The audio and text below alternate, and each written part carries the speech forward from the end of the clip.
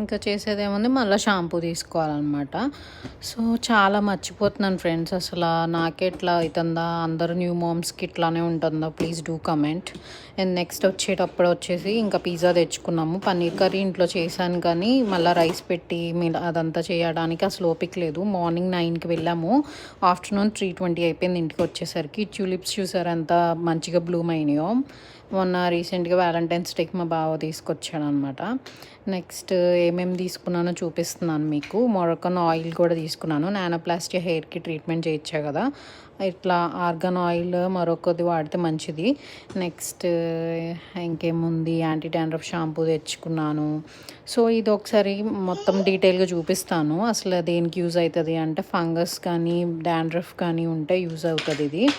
And మనకి ఇది above 12 years వాళ్ళు మాత్రమే యూజ్ చేయాలి. 1 to 2 టేబుల్ స్పూన్ షాంపూ మాత్రమే వాడాలని ఉంది. ఫస్ట్ అయితే 3 వాషెస్ అట్లా యూజ్ చేయొచ్చు వీక్లీ. అండ్ నెక్స్ట్ వచ్చేసి వీక్లీ వన్స్ వాడాలి. ఇది ఎంత చిన్నగా ఉందో చూడండి అసలు.